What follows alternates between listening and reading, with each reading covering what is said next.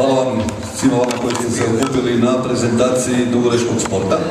Večeras ćemo, zahvaljujući inicijativi Športske zajednice Duge Rese, uz potporu pak Hrvatskog olimpijskog odbora i grada Duga Resa, Pučkog otvorenog učilišta i u suradnji sa osnovnim školama u gradu, predstaviti sve što dugoreški sport ima, sve što dugoreški sport nudi našoj djeci, mladima i onima koji se tako osjećaju.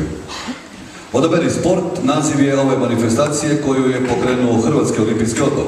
Športska zajednica je prije 6 godina uključila se u ovaj program i danas održavamo 4. priredbu pod ovim nazivom.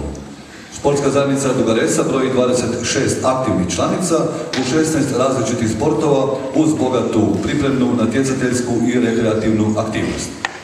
O razlozima uključivanja u ovaj projekt Hrvatskog olimpijskog odbora upoznat će nas predsjednik Športske zajednice Duga Resa, gospodin Marko Penić. Amen, pljesak za Marka.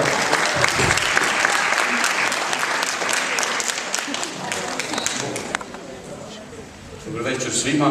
Evo ja vas pozdravljam u ime Upravnog odbora Sportske zajednice grada Duga Resa i svoje osobno ime. Drago mi je da ste se odazvali danas na ovu prezentaciju sportova koju smo pokrenuli, kao što ste čuli, prije 6 godina. Ja se nadam da će djeca koja nisu uključena u sport ipak nešto naći od ovih 16 sportova koji će danas biti pokazani i prikazani, da će se uključiti u rad pojedine udruge u gradu, pa pogledajte dobro i nešto dobro izaberite. Šta reći, evo par riječi kako jedan grad, jedno mjesto ne čine zgrade, već čine ljudi. A da bi jedan grad opstao, treba djece, treba mladi. A ono što mogu reći, evo što mi radimo i konstantno na svim poljima iz grada, da upravo ulažemo u mlade i djecu. Evo što sad možemo vidjeti što se sportskog dijela tiče da se... Evo, jedan lijepi pljesak, a ostajemo u nogometu. Nogometni klub Brežica Zvečaj. To je klub koji animira, okuplja mlade ljude s područja Zvečaja i okolnih mjesta iz sastava grada Duge Rese i općine Generalski Stol. Cilj je okupiti pod stručnim nadzorom edukiranih trenera, sudjelovati u sportskim aktivnostima s djecom i mladeži ovog kraja, kojih je iz godine u godinu sve, nažalost, manje.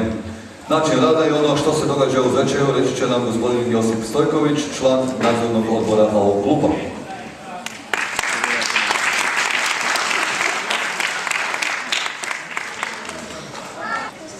Dobar večer i lijep pozdrav svima.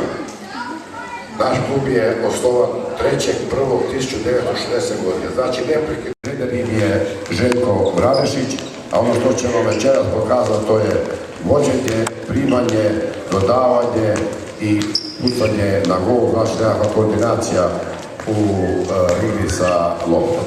Zato sve ove okolne mještane, a čuli ste da djelujemo na području Generalskog Stola, Bukovlja, Duge Rese, Belavića i tih okolnih mjesta, sami bi bili sretni, imamo mogućnosti da čim više te djece bude i da ih uključimo i ostale selekcije. Imamo i registriranih i pionira i juniora, ali nedovoljno za formiranje selekcije.